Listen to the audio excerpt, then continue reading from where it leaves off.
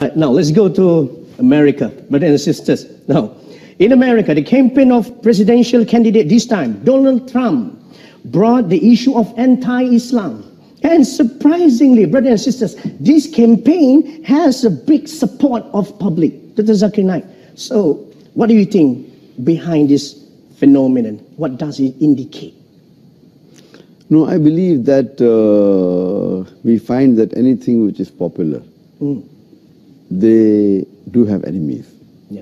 And Allah says in the Quran that every prophet had an enemy. And Muhammad Sallallahu Alaihi Wasallam, being the last prophet, will always have an enemy.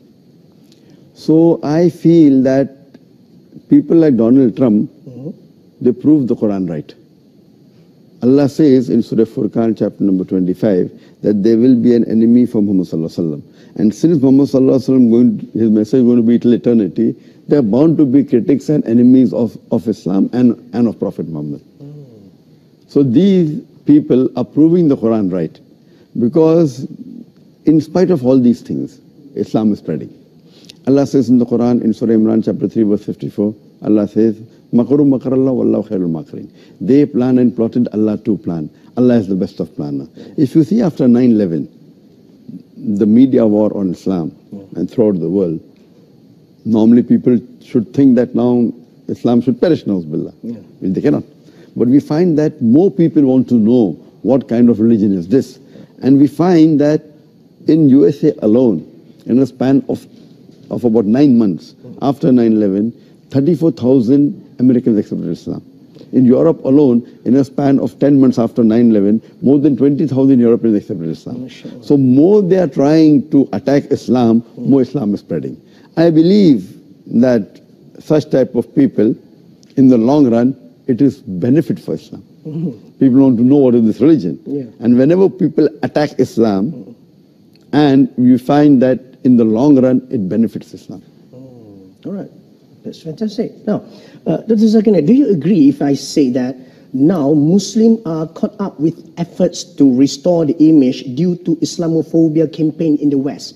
So because of this, they forget to promote noble values of Islam. Yes, I do agree with you. Yeah. Many a time we Muslims being emotional, we fall into the trap. For example, we know what happened in the Danish cartoons. Yeah, Danish. It is wrong what they did. We found that most of the Muslim organization, they left everything what they were doing and they were concentrating on that. They were protesting. Fine, we should protest.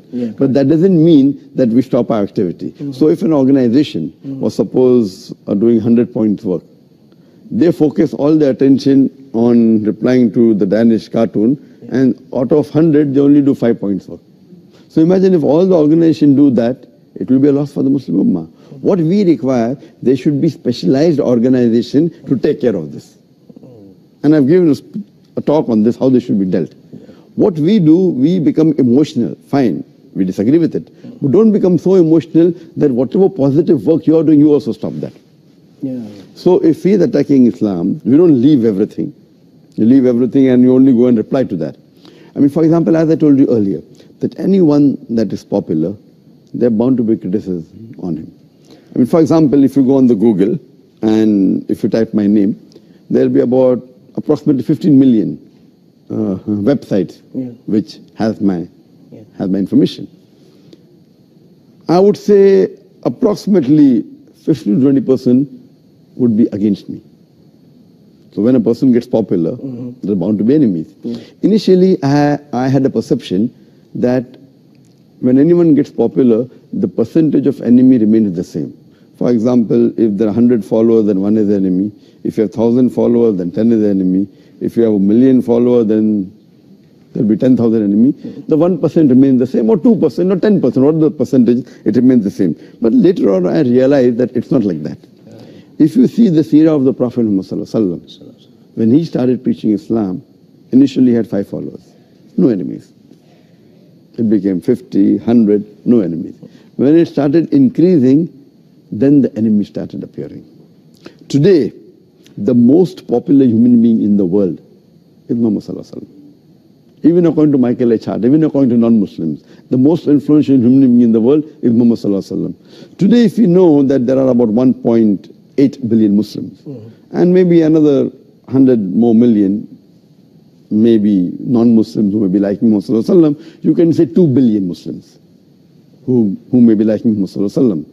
But those who are against Muhammad sallallahu alaihi wasallam will be more than 2 billion. Yeah. So because of the popularity, then the percentage of enemies keep on increasing.